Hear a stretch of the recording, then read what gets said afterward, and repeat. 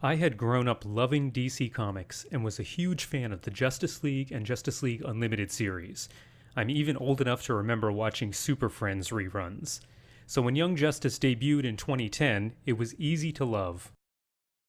I loved the first season of Young Justice, from the animation style to the music to the mature storylines. The Light and some of the other villains were actually menacing, and there were some genuinely touching moments.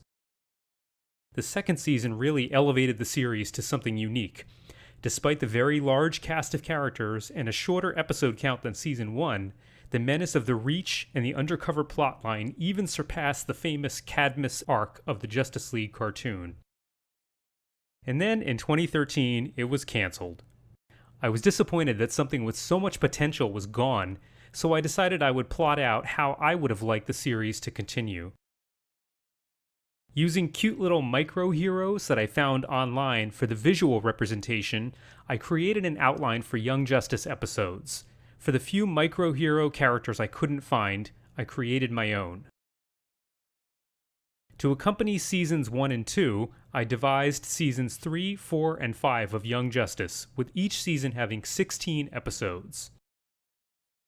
In late 2016, years after I had plotted out my versions of seasons 3 through 5, it was announced that Young Justice was coming back for an official season 3, which eventually debuted in 2019.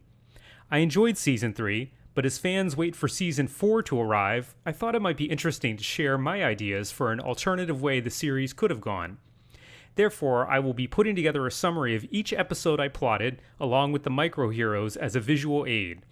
This is rudimentary stuff, so there will be no mind-blowing animation or graphics, just my ideas presented simply, episode by episode.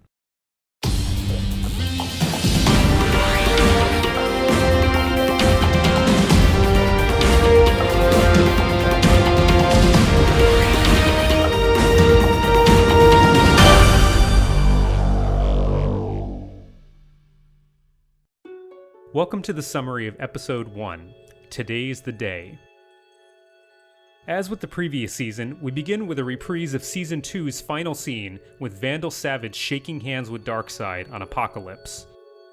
We then cut to Earth, where an unidentified young woman sits up in her bed, screaming in terror. Opening credits. January 5th, 2017. It is 6 months after the Reach invasion was defeated. Batman and Batgirl wordlessly finish up a reconnaissance mission to confirm that Ra's al Ghul has finished his period of meditation 6 months after being revived by the Lazarus Pit. This means, of course, it is 6 months after the Reach invasion was defeated. As they board the Batplane, Batgirl tells Batman, "Today's the day," and says that it's the 3rd anniversary of the death of Jason Todd, the second Robin. At Belle Reve, Shrapnel, Magpie, and Doomsday escape because inhibitor collars don't work on them. Members of the team arrive to assist the guards. Tigress, Robin, Superboy, Miss Martian, Kid Flash, and Aqualad have trouble at first against the powerful villains. Aboard the Batplane, Barbara dreams about the day Jason died. She and Jason track the Joker down to an old warehouse where he was manufacturing a deadly chemical. Batgirl wasn't careful enough and didn't notice the Joker, who threw the chemical at her. Robin jumped in front of her and intercepted the chemical, which splashed all over him.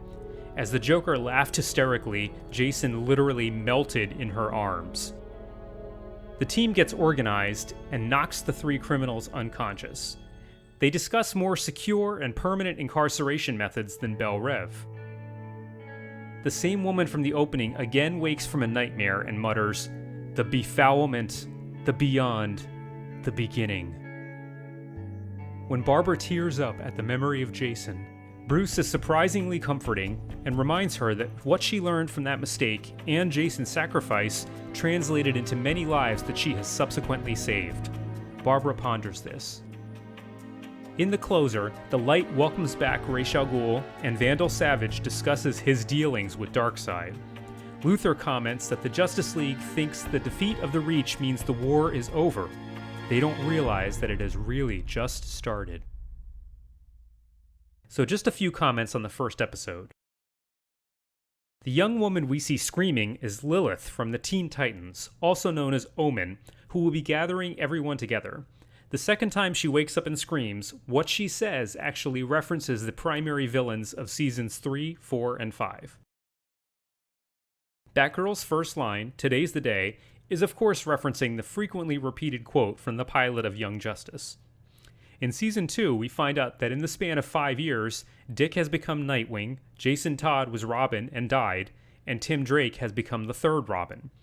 I wanted to give Batgirl a dark backstory to lend some weight to her character in this continuity. Jason's death at the hands of the Joker is obviously taken from the infamous Death in the Family storyline. Bruce Wayne is usually so stoic, I thought it would be interesting to have him be genuinely sympathetic to Barbara and demonstrate what a good mentor he can be. For the villain escapees, I picked 3 characters I always found disturbing. In the Doom Patrol comic, Shrapnel sprayed his metal body parts everywhere, shredding everyone around him, defeated the heroes, and left. In the Man of Steel miniseries, Magpie was extra creepy with her fascination with shiny things. At one point, she paralyzed one of her henchmen, stuck a firecracker in his mouth, and blew him up. And of course, Doomsday wiped the floor with the Justice League. Oh, and killed Superman. Obviously, the 6 members of the team who show up at Belle Reve are the original 6 characters from Season 1, even though the Robin and Kid Flash are different people. Ending with the Light also references Season 1 episodes, which usually ended with them plotting and scheming. Thank you for watching. Please like and subscribe if you enjoyed this, and look for many more episodes to come. Take care.